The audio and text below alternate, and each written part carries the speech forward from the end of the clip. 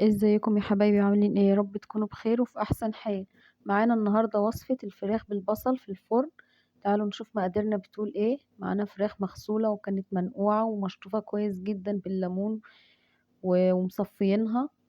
معانا بصل متقطع جوانح، ومعانا فلفل الوان، ومعانا البهارات بتاعتنا عبارة عن السبع بهارات وبهارات فراخ وملح وفلفل اسمر ومرقة وشوية كزبرة.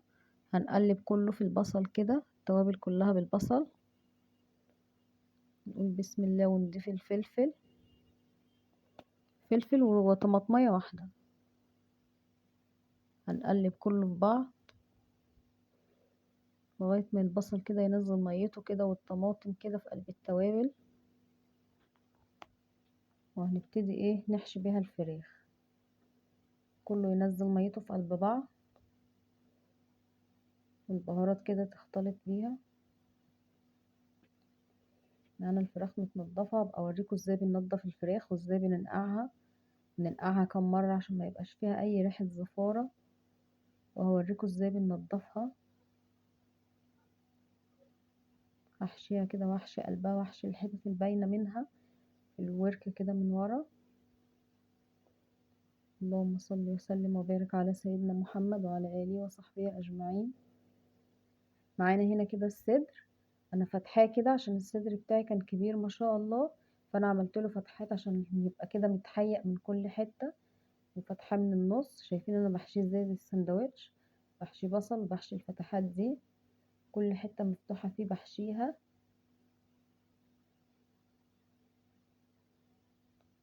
كانت طعمها ما شاء الله اللهم بارك تحفة. هنا كده بطاطسية واحدة، انا مكنتش هعملها ببطاطس بس هي بطاطسية واحدة. جوزي قال لي انا عايز بطاطس يعني بالفراخ، فقلت له لا انا هعمل لك هي بطاطسية واحدة كده على جنب واحطها لك في طبق. احنا كنا عاملين صينية بطاطس بس من غير فراخ، صينية بطاطس لوحدها، ابقى انزلها لكم في فيديو تاني. وهنعمل جنبها رز بشعرية. كده هنرص الفراخ ونسيبها من ساعتين لثلاث ساعات، ويا ريت يكون قبلها بيوم، تبقى تاخد من الحياء كده ومن طعم البصل. من قبلها بيوم بيبقى طعمها لذيذ جدا وجميلة. ولو مفيش وقت يبقى ساعتين، من ساعتين لثلاث ساعات، تشرب بس من الحياء ومن البصل والحاجات دي، التوابل بتاعتها يعني.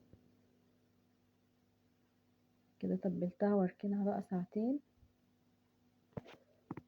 انا عامة يعني بعملها قبلها بيوم. انا كده هحط على الوش زيت عشان يتحمر. يا ريت تجربوا الوصفة هتعجبكم قوي، هي ما شاء الله طعمها تحفة. شايفين شكلها عامل ازاي؟ وابقى اعمل لكم طريقة الفراخ المشوية برضك وانزلها لكم. هنا كده لما قعدناها خلاص، حطها على النار بقى تستوي. معانا حلة هنعمل بقى الرز ابو شعرية. هنضيف السمنة،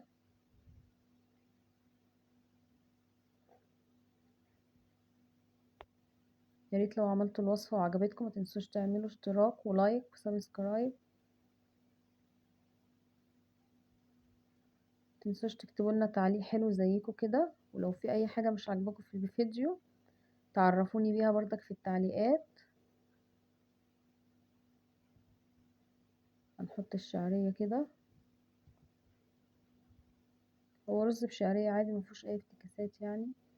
حمرنا الشعرية هنضيف لها الرز.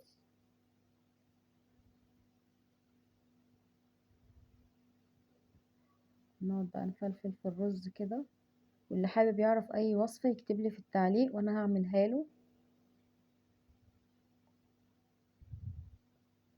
هنضيف له ملح وفلفل اسمر وشوية من محسن الطعام، بيدي الرز نكهة جميلة قوي وطعم لذيذ.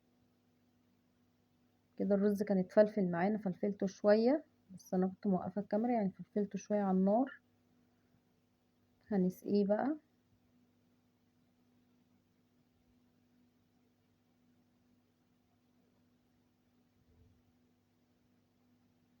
بالشكل ده كده،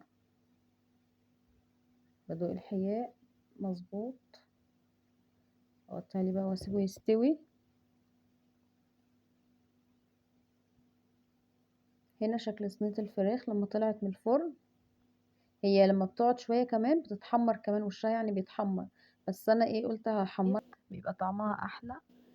ودي البطاطس وده الصوص بتاع الفراخ.